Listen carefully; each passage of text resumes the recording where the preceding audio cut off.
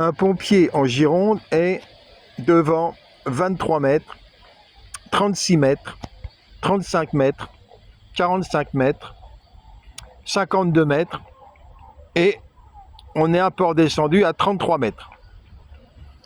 Qu'est-ce que c'est? C'est l'évolution de l'effort fait par Macron et sa hiérarchie pour combattre le feu. C'est facile, il suffit de prendre les hectares,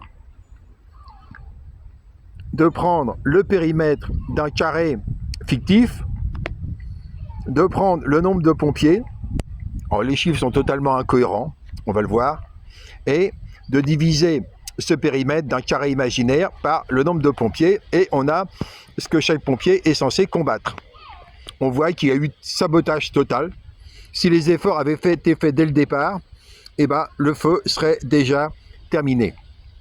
Alors, exemple d'absurdité. Voilà. Combien de pompiers en Gironde?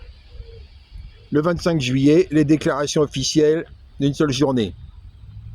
Alors, Nunez, 750. Préfecture, même chiffre. Le Cornu, 1400. Ça redescend. Préfecture, 750. Et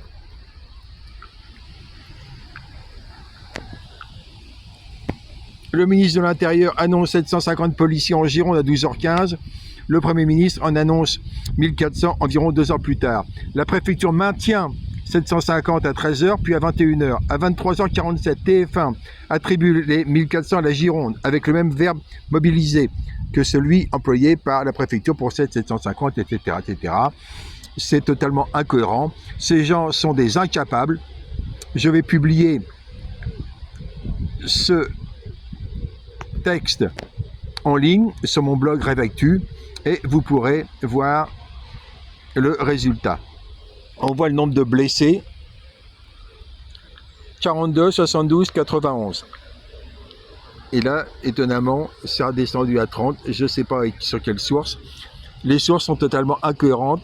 Il n'y a même pas un endroit où il y a une clarification de ce qui se passe réellement. C'est géré par des incapables, des saboteurs, à croire que le maire de Bordeaux, Cazeneuve, voulait qu'il y ait le feu à Bordeaux, puisque il fait partie de ceux qui ont signé la réduction du nombre de Canadair avec Attal & Co. Ces gens sont des saboteurs climatiques. Il faudra un Nuremberg du climat pour juger tous ces malfaisants.